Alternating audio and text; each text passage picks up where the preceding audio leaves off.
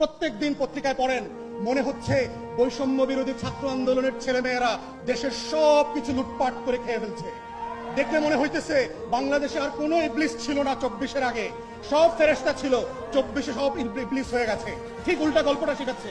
মাদকের ব্যবসায় কে দায়ী? সমন্বয়ক দায়ী। চাঁদাবাজি করতেছে কে? সমন্বয়ক করতেছে। তদবির করতেছে কে? সমন্বয়ক করতেছে। অতএব এই যে নতুন অভ্যুত্থানের নেতা কর্মীদেরকে শত্রু বানানোর রাজনীতি করছে, অতএব এই জুলাই যোদ্ধাদেরকে বুঝতে হবে সেই শক্তিগুলো কারা, সেই গণমাধ্যমগুলো কারা, যারা দিল্লির বয়ান কায়েম করবার চেষ্টা করছে, বাংলাদেশকে যারা নতুন করে স্বাধীন করেছে সেই স্বাধীনতার নায়কদেরকে প্রত্যেক দিন প্রত্যেক রাতে বাংলাদেশের শত্রুতে পরিণত করছে, দেশের জনগণের মুখোমুখি দাঁড় করানোর চেষ্টা করছে। এই দিল্লির বয়ানটা বোঝা আজকে জুলাই যোদ্ধাদের জন্য অতীব জরুরি। এবং এটার মধ্য দিয়ে হচ্ছে আপনি নাগরিক হবেন, এটার মধ্য দিয়েই হচ্ছে বাংলাদেশ রাষ্ট্র আগামী দিন টিকে থাকবে কিনা সেই টিকে থাকার শর্ত তৈরি হবে।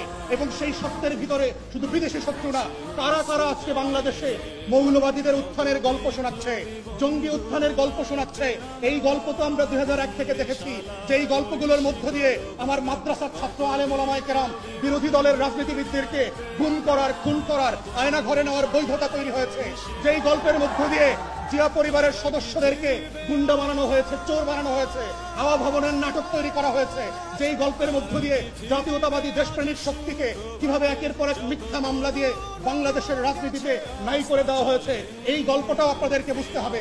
বুঝতে হবে গত 53 বছরের রাজনীতিতে নাটক, সিনেমা, গল্প, গান, ফিল্ম, ফটোগ্রাফি সবকিছুর মধ্য দিয়ে দেশপ্রেমিক মানুষদেরকে অপর করার চেষ্টা করা হয়েছে। যারাই দিল্লির আধিপত্যবাদ মানছে না তাদেরকে জঙ্গি কার্ড দেওয়া হচ্ছে, তাদেরকে মৌলবাদী বানানো হচ্ছে, তাদেরকে হাওয়া ভবন বানানো হচ্ছে, তাদেরকে দেশের শত্রু বানানো হচ্ছে, তাদেরকেই পশ্চিমের কাছে গিয়ে বলা হচ্ছে বাংলাদেশে নাকি দক্ষিণপন্থীদের মৌলবাদীদের উত্থান ঘটছে। এই চক্রান্ত হচ্ছে দিল্লির আলাপ এবং কলকাতার বয়ান। এই চক্রান্ত আমরা 2001 থেকে বারবার দেখেছি। বাংলাদেশের দেশপ্রেমিক শক্তিকে, গণ অভ্যুত্থানের পক্ষের শক্তিকে, জাতীয়তাবাদী শক্তিকে কিভাবে নাই করে দেবার বয়ান এবং বৈধতা তৈরি করেছে।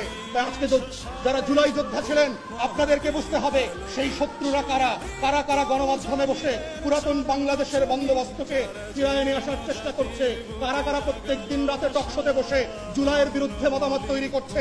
আগেই তো বেশ ভালো ছিলাম, এমন দেশ কি চেয়েছিলাম যেই দেশ আমাকে দিল্লি থেকে নতুন করে স্বাধীন করেছে।